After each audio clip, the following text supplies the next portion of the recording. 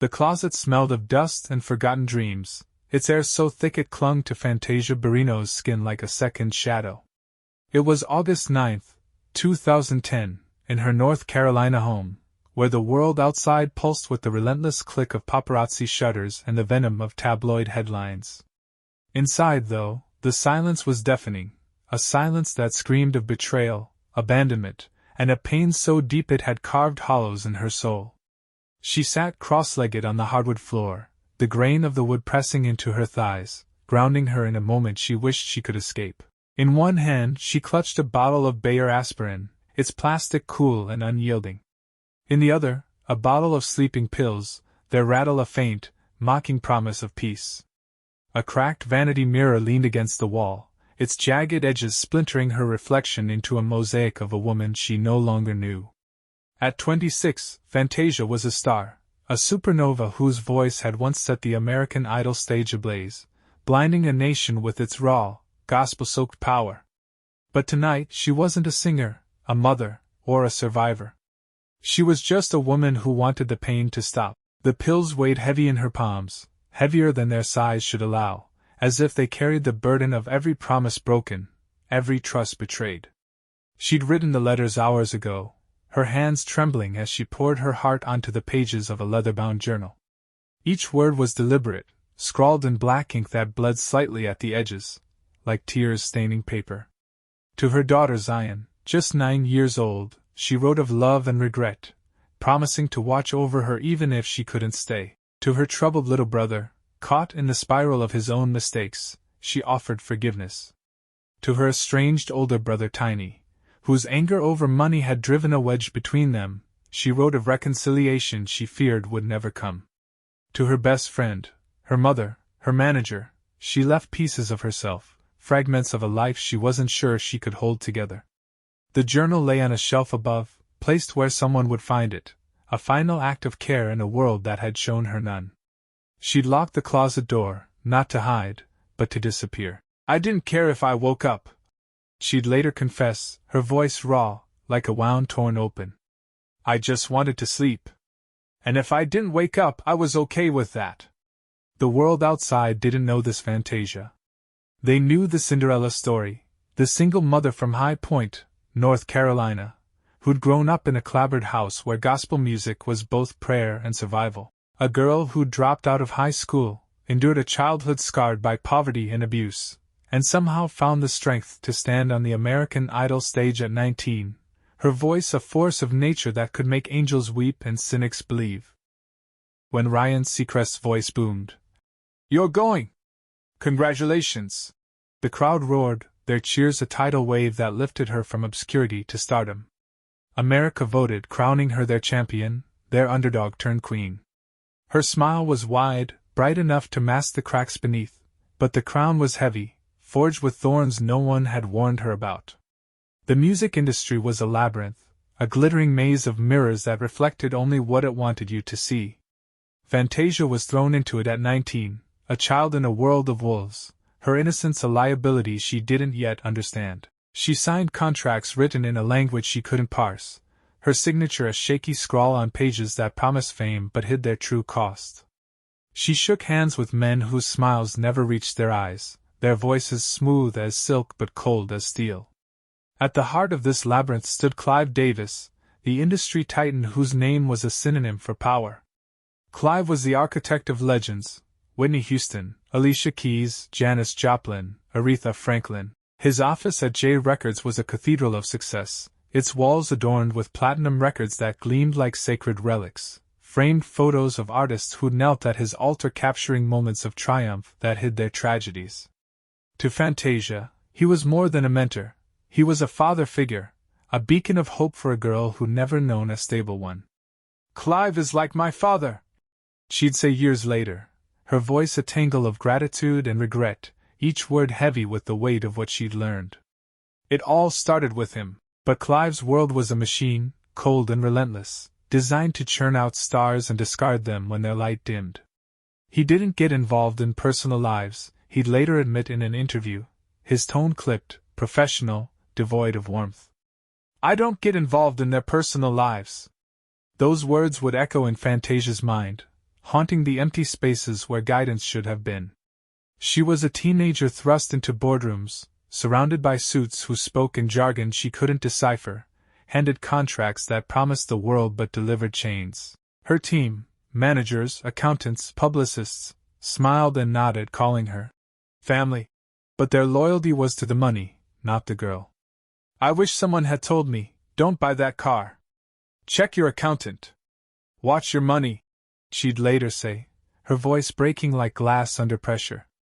Everybody had their own self-interest. And then there was Sean, Diddy, Combs, the shadow behind Clive's throne, a man whose presence was both magnetic and menacing. Diddy was Clive's protégé, a mogul in training whose charm could light up a room and whose darkness could swallow it whole. Clive had elevated him from a hungry producer to a kingmaker at Bad Boy Records, giving him the keys to an empire built on ambition and fear.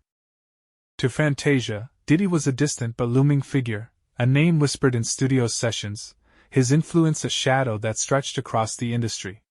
She didn't know then what the lawsuits would later allege: testimonies of intimidation, violence, and threats that painted a portrait of a man who ruled through fear.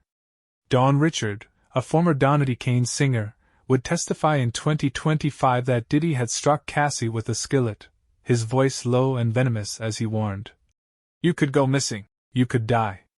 Fantasia didn't know the full extent of the machine she was caught in, but she felt its weight, a pressure that pressed against her ribs, making every breath a battle. By 26, Fantasia's dream had become a nightmare. Her first album, Free Yourself, had gone platinum, a triumph that should have been her ticket to freedom. But the money vanished, siphoned away by hands she trusted, accountants who juggled numbers she couldn't read, managers who took their cut and left her with crumbs. Her second album, Fantasia, flopped, its sales a whisper compared to the roar of her debut. The industry turned cold, the executives who'd once clapped her on the back now dodging her calls. Her own father sued her for defamation over her memoir, a betrayal that cut deeper than any headline, severing the last thread of family she'd clung to. She was drowning in debt, her home under foreclosure, her name dragged through the mud by tabloids that spun lies about an alleged affair. The affair was just a match, she'd later say, her voice heavy with exhaustion. The fire had been burning long before. She was alone. The team that had surrounded her during her idle days had scattered like roaches in the light, their promises of loyalty as empty as the bank accounts they'd helped drain. "Everybody who started with me, they were gone," she said, her voice hollow, echoing in the cavern of her memory. "Nobody helped me clean it up. I had to do it by myself." She'd lost everything, not once, but twice. Foreclosures, lawsuits, empty promises. She wasn't living the dream. She was surviving a system designed to exploit young, vulnerable black women, to wring every note from their voices and every dollar from their fame before tossing them aside when the headlines faded. The isolation was a living thing, wrapping around her like a shroud. Fantasia had always been a fighter, raised in a family where gospel music was both salvation and survival, where her voice had been a gift from God, a light in the darkness of poverty and pain. But the industry didn't care about her roots, her faith, or the daughter she was raising alone. It cared about her voice, her image, her ability to fill arenas and generate clicks. And when she couldn't, it discarded her. She was a teenager thrown into an adult world, expected to navigate a maze of greed, manipulation, and power without a guide. "You're on the road, they bring somebody and say, 'This is your accountant,'" she'd recall, her voice tinged with the bitterness of hindsight. "Everything is so fast. Everybody." The closet wasn't her first attempt to escape. 3 days earlier, she'd locked herself in a guest room, the walls closing in as the world outside became a storm. Paparazzi camped outside her house, their lenses glinting like predators' eyes. Tabloids spun lies that twisted her life into a caricature, their headlines screaming of scandal while ignoring the truth. Her family, once her anchor, was fractured, her father's lawsuit a wound that wouldn't heal, her brothers lost to their own struggles, her mother unable to bridge the gap. She'd stopped eating, stopped answering her phone, stopped pretending she could carry the weight. Zion, her 9-year-old daughter, was the only light keeping her tethered to the world, but even that wasn't enough. I wasn't thinking about my daughter, she admitted later, tears welling in her eyes, her voice cracking under the weight of guilt. I wasn't thinking about my career. I just wanted the pain to stop. She'd sat in that closet for hours, the mirror her only witness, its cracked surface reflecting a woman broken by a world that had promised to save her. The pills were a silent promise, a way to silence the noise, to still the storm. She took them one by one, each swallow a step toward oblivion, until the world blurred at the edges, colors bleeding into gray. When she woke in a hospital bed, hooked to IVs, her body weak and her mind foggy, she was angry. Angry at herself for surviving, angry at the world for letting her fall so far. The headlines were merciless, TMZ and CNN splashing her breakdown across screens, reducing her pain to a soundbite. But they didn't tell the truth. This wasn't a scandal. It was a system failure, a betrayal by an industry that had built her up only to watch her fall. The industry had a playbook for moments like this. A quick hospital discharge, a press release blaming exhaustion, a rushed therapy session to check a box. Fantasia was released on the condition of outpatient therapy, but the pressure didn't stop. Her album was dropping, the tour was booked, the label counting on her to perform, to smile, to be the star they'd created. They told me to rest, she said, her voice heavy with irony. But I knew I couldn't afford to. No one offered protection, no one offered grace, just a countdown to the next dollar, the next headline, the next piece of her they could sell. The parallels were chilling, a pattern woven through the lives of those who'd walked the same path. Whitney Houston, another of Clive Davis's prodigies, had been a girl with gospel roots, a voice that could shatter hearts, a meteoric rise that lit up the world. But her fall was public, her addiction and broken relationships a spectacle for a world that consumed her pain as entertainment. She didn't survive, her body and soul worn down by an industry that demanded everything and gave nothing back. Janis Joplin, another of Clive's stars, had burned bright and burned out at 27, a heroin overdose stealing her from a world that hadn't known how to save her. The pattern was undeniable. Artists who shone under Clive's guidance often faded, their light extinguished by a system that thrived on their destruction. And Diddy, Clive's protégé, was no different.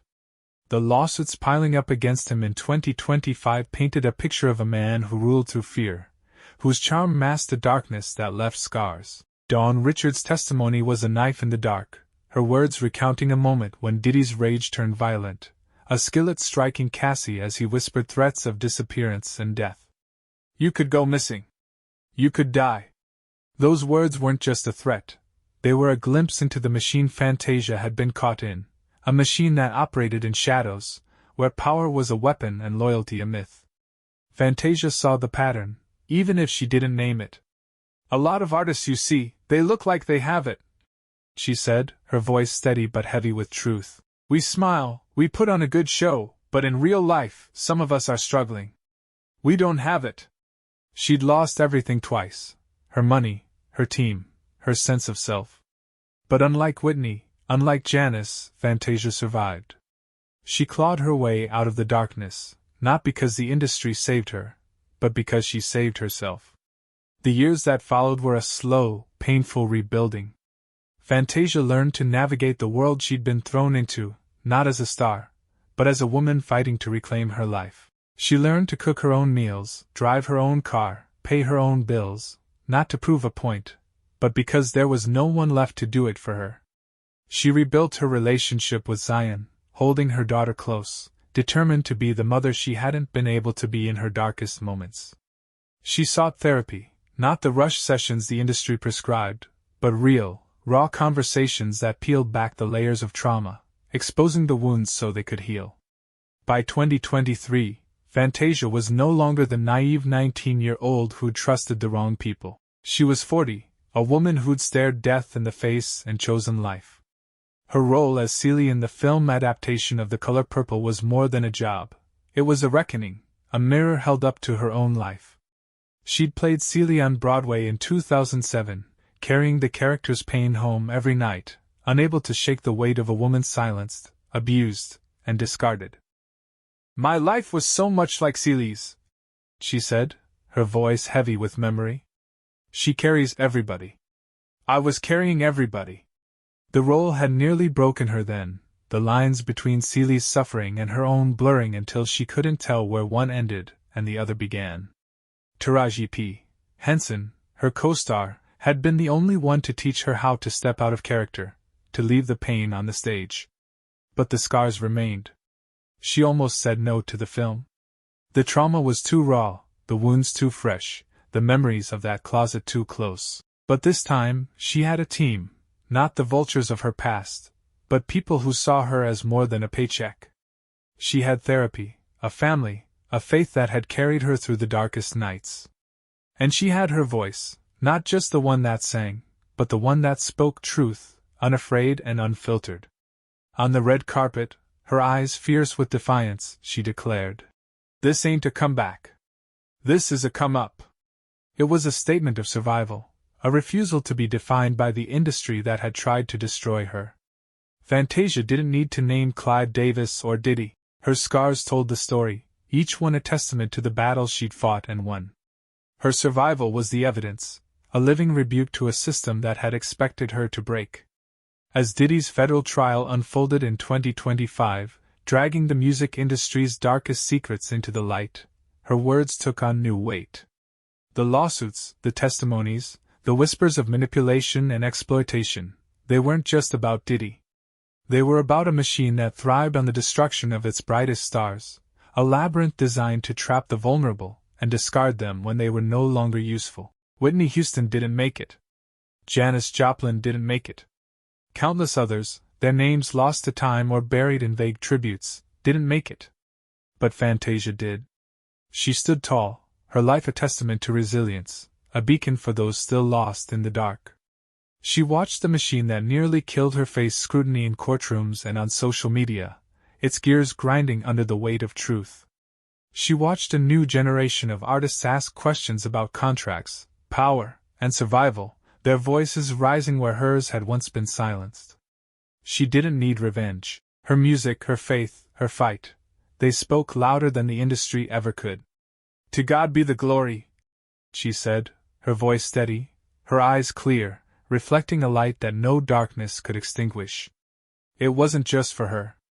It was for Whitney, for Janis, for every woman who'd been silenced before they could tell their story. Fantasia's journey didn't end in that closet, nor did it end on the red carpet. It continued in the quiet moments, the mornings she woke to Zion's laughter, the nights she spent praying, the days she spent rebuilding a life from the ashes of the one the industry had burned. She learned to trust again, not blindly, but carefully, choosing people who saw her worth beyond her voice.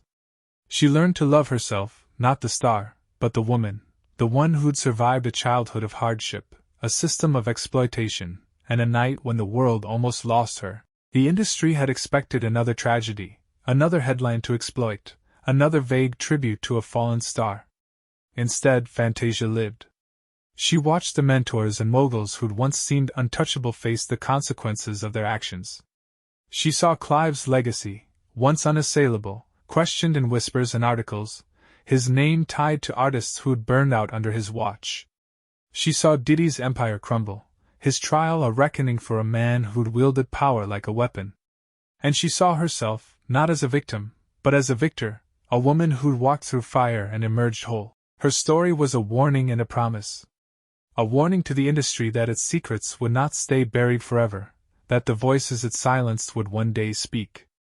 A promise to those still trapped in its labyrinth that there was a way out, a light at the end of the darkness. Fantasia had found it, not because the industry showed her the way, but because she carved her own path. Her music, her faith, her fight, they were her map, her compass, her salvation. And as she stood in 2025, a woman of 40 who'd survived the unsurvivable, she became something the industry never expected, a beacon, a survivor, a voice that refused to be silenced.